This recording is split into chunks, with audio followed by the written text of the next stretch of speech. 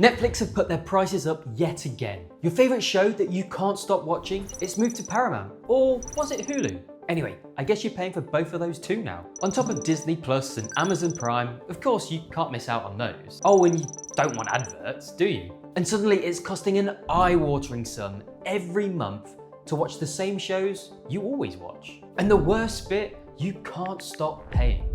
Because the day you do, you lose all your access to every show and you have nothing to show for it. So I did the one thing they don't want you to do. I cancelled all my streaming services and replaced them with my own low-cost version using the latest cutting-edge technology. A DVD.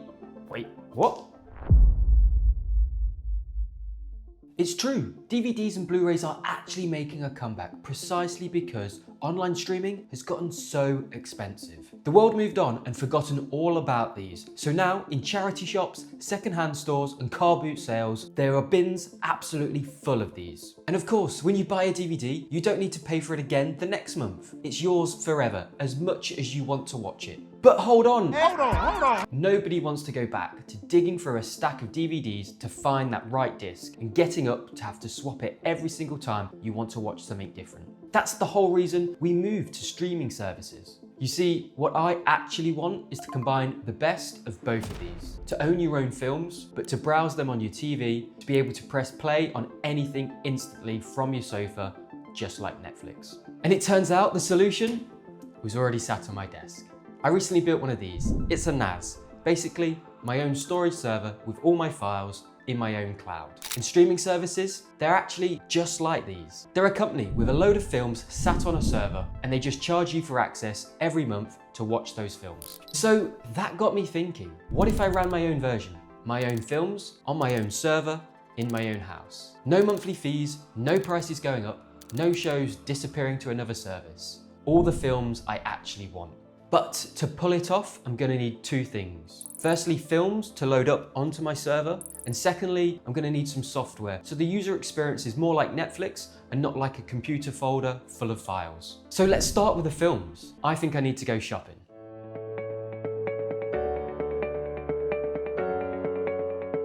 Store after store, so many films. And with few people buying them anymore, they're going for next to nothing. Any three for £1, wow. And it's not all junk either. There's some genuinely good stuff buried in here, if you dig. Gladiator, now that's a good film. Honestly, this is so much better than scrolling Netflix. Back to the Future, just £1, no way. Now let's look at all the stuff we got. So firstly, I found in a charity shop, it was 3 DVDs for £1. So I managed to pick up the entire Clint Eastwood dollar trilogy, Good, the Bad and the Ugly, Fistful of Dollars, and for a few dollars more. For £1, bargain. Absolute classics. I've also got the entire Jason Bourne series, £5 for a bunch of really good films, bargain again. Picked up a few box sets. In-Betweeners is one of those that I just watch over and over again. Fantastic show. All 3 series, it's a show that I can just put on and watch without really paying too much attention to. We've also got Dad's Army's complete collection. 9 series, over 80 hours of TV shows here. This is gonna take me months to watch. Next up, we have the biggest bargain, 5 DVDs for £1. There wasn't a lot of option in this charity shop. Of course, they were so cheap, they've been rummaged through, but I managed to find 5 films that I really like. We've got Pirates of the Caribbean, Butch Cassidy and the Sundance Kid, Hot Fuzz, 300, and we've got Von Ryan's Express. This is an absolute classic war film. Some of the few DVDs I do actually own are Great Escape, Where Eagles Dare, Guns of Navarone, and this will fit in brilliantly with them. Next up, a couple of Blu-rays. I thought I'd try something different, something I've not really seen all that much of. I'm not the biggest fan of Star Wars, so I haven't seen 2 of these. I have seen Rogue One, but I only watched that in the cinema when it first came out. I really enjoyed it, but I haven't seen it since, so I'm quite excited to watch that again. And then the other ones, we've got Last Jedi and Force Awakens. 2 films I've not seen. This one says, Choose the Dark Side, limited edition. Don't know what that means, but we'll find out. And last but not least, an amazing film, Gladiator. I can watch this again and again and again, and I will be doing now. I've got my copy of it. Academy Award, Best Picture, Best Actor, fantastic film, must have for any collection. And all these shows cost me just £26, barely a month of streaming service subscription fees. And it'll be several months before I even get through all of this. But that's the beauty of it. I don't need to watch all of these shows in a month to get my money's worth. I can watch them whenever I like, how many times I like, and it will never cost me another penny. And if I don't like one or I get bored, I can take it back to the secondhand store or sell it online and get most of my monies back. You can't do that with online streaming. Now I have my films, I just need to upload them onto my NAS. Though first, there is one problem. I need more storage space on my NAS. Films, especially the highest quality 4K ones, can be massive files, 20 gigabytes or more. If I want a whole library, I'm going to at least need a few terabytes of storage space. So I've grabbed a couple of 12 terabyte NAS drives. Just one of these will be able to store hundreds of high quality 4K films. So I should have more than enough space as my collection grows. Though there is a snag. My NAS is already set up with drives for cloud storage, and they've taken up all the drive ports on my motherboard, so I have nowhere to plug these new ones in.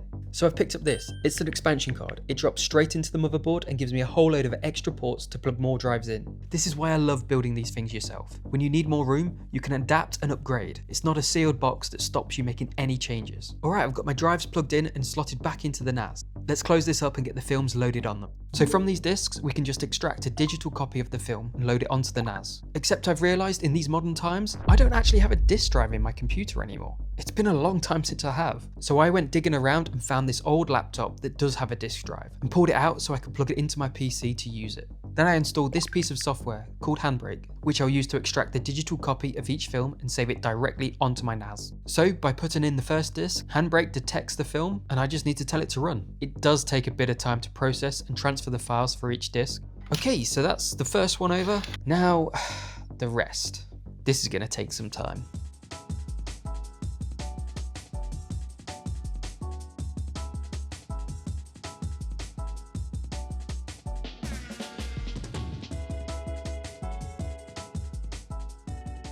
So that did take quite a bit of time. We've now got all the films on the NAS. But right now, they're just files on a computer.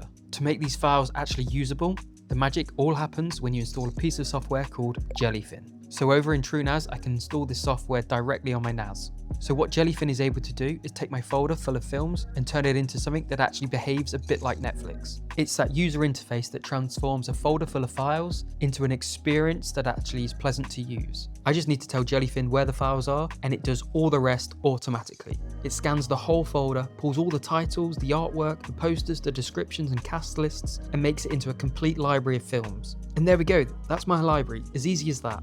Though at the moment, I'm only accessing this on my computer through a web browser. For this to be usable, I actually want to be able to watch these on my TV. And of course, Jellyfin's got a smart TV app. So over on my TV, I just install the app, sync it with my network, and there we go. My library is now accessible through my TV. And browsing the library on Jellyfin is so good. I can click on any film and it will play straight away because there's no internet connection that's downloading this. That file is here on my NAS being accessed directly.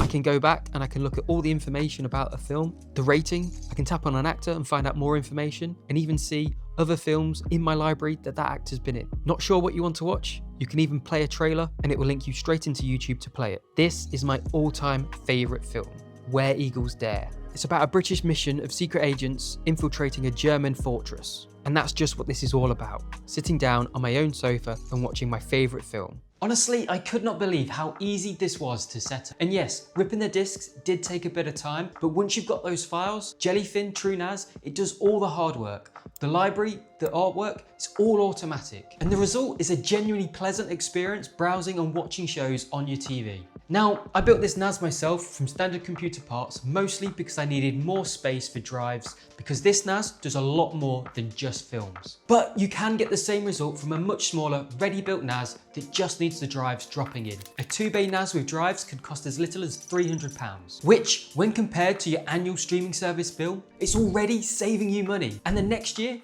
you don't need to pay for it again. You can even spread out the cost of buying more drives as your collection grows over the years. And once you've got a NAS, you can use it to unlock even more savings by using it to replace cloud storage fees just like I have. But the longer I've lived with this, the more I realize it's not about the money. It's about not being marketed to in your own living room. This NAS, my library, nobody else gets a say in what I put on here. No more monthly fees, no more shows disappearing, and absolutely no ads sneaking in. It's just me and the films I actually enjoy. And if you're curious about how I built this thing and used it to replace cloud storage fees, that video is right here. Alternatively, if you want something fun, a use of AI in a smart home, here it is.